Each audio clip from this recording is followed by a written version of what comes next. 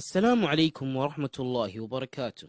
Today I'm going to talk about the book Interactions of the Greatest Leader. Prophet Muhammad sallallahu alaihi wasallam reminded us through his guidance and example that Islam is complete submission to the will of Allah. For one who submits, a mere declaration or display of belief will not be taken for success, but his or her heart and soul will certainly be put to test. Allah tested the Prophet of Allah sallallahu alaihi wasallam severely in order that he sallallahu alaihi wasallam becomes an example for his companions to follow. Similarly, he tests the believer to see whether he lives a righteous life in accordance with the instructions and commands set by Allah, or lives according to what his desires dictate.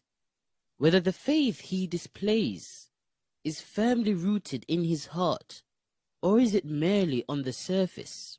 He will be tested to see whether he will continue to have faith and love of Allah when in a calamity, as he does when in comfort, whether he will continue to remember and worship him if given bounties and comforts of life, as he does when he lives a modest life.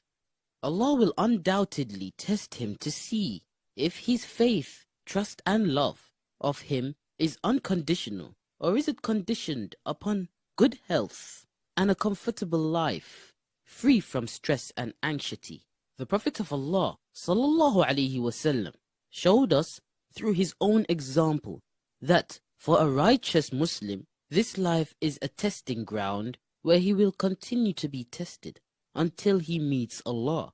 For him, tests will be conducted on earth while he lives, and not after he dies.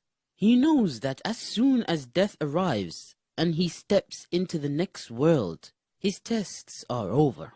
There, he only receives the result of his tests and enjoys the fruits of the deeds that he committed during a short span of time called life.